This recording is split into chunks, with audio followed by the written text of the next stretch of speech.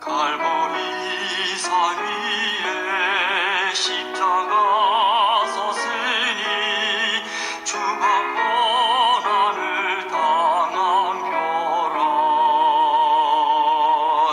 험한 십자가를 내가 사랑함을 주가 보혈을 흘림이라. 죄의 승리를 얻기까지 주의 십자가 사랑하리. 빛나며 유감 받기까지 험한 십자가. 안녕하세요. 한용숙 목사입니다.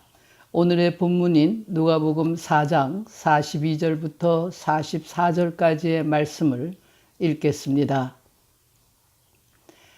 날이 밝음에 예수께서 나오사 한적한 곳에 가시니 무리가 찾다가 만나서 자기들에게서 떠나시지 못하게 만류하려 하매 예수께서 이르시되 내가 다른 동네에서도 하나님의 나라 복음을 전하여야 하리니 나는 이 일로 보내심을 받았노라 하시고 갈릴리 여러 회당에서 전도하시더라. 인간은 모두 정든 곳을 떠나고 싶어 하지 않습니다. 그렇기 때문에 신앙인의 조상이라고 불리는 아브라함이 고향을 떠났던 사실을 아주 큰 사건으로 여깁니다. 인간은 한 곳에 머무르며 안정되게 살기를 원합니다. 안락하고 쾌적한 환경에서 자기를 알아주고 따르는 사람들에 둘러싸여서 따뜻하게 대접을 받으며 영원히 머물러 살기를 원합니다. 아무도 나그네로 살기를 원하지 않습니다. 사람들은 떠날 수밖에 없는 상황에 내몰리게 되어야만 할 수 없이 떠나게 됩니다. 그러기에 사람들은 고향을 떠나온 이민자를 동정하고 이민자의 신세가 된 것을 한탄하기도 하고 고향을 그리워하며 떠나온 것을 후회하기도 합니다. 그러나 예수께서는 달랐습니다. 예수의 생애는 길 위에서 시작하여 길 위에서 끝났다고 말할 수 있습니다. 로마 황제의 명령으로 호적을 만들기 위해 고향 땅 베들레헴으로 돌아가던 길 위에서 예수께서는 태어나셨습니다. 길 위의 나그네로 마구간에서 태어나 골고다 언덕 위에 십자가에서 죽으신 것이 예수의 생애입니다. 많은 이들의 축복 속에 태어나 아들, 딸, 손자, 손녀들에게 둘러싸인 채 따뜻한 방 안에서 임종을 맞이하는 것을 최대의 복으로 생각하는 우리 한국인의 입장에서 보면 예수의 생애는 비참하기 짝이 없는 것이었습니다. 예수께서는 그의 출생과 임종만이 아니라 그의 삶 역시 길 위에 있었다고 오늘 본문은 증언하고 있습니다. 그는 나그네로서 고달픈 삶을 살았으며 이러한 삶은 그 자신의 선택이었다고 누가는 보도합니다. 예수께서는 그가 자라난 고향 나사렛에서는 배척을 받았지만 가버나움에서는 환영을 받았습니다. 원하기만 했다면 가버나움에서 예수는 행복하게 성공적으로 그의 일생을 마칠 수가 있었다는 말입니다. 남들보다 뛰어난 지혜와 재능을 지녔던 예수를 가버나움 주민들은 인정해 주었고 환영해 주었습니다.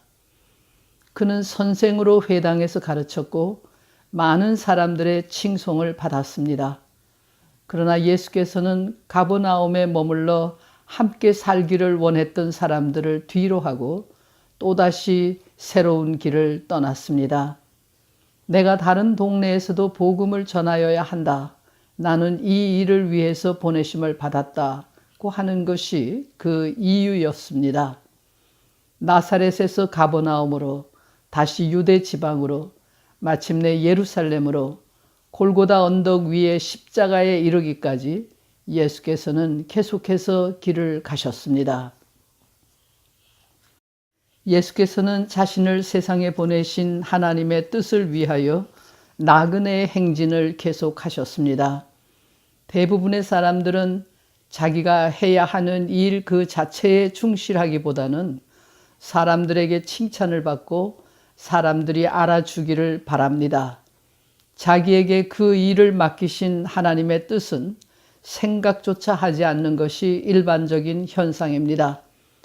주변 사람들도 마찬가지입니다.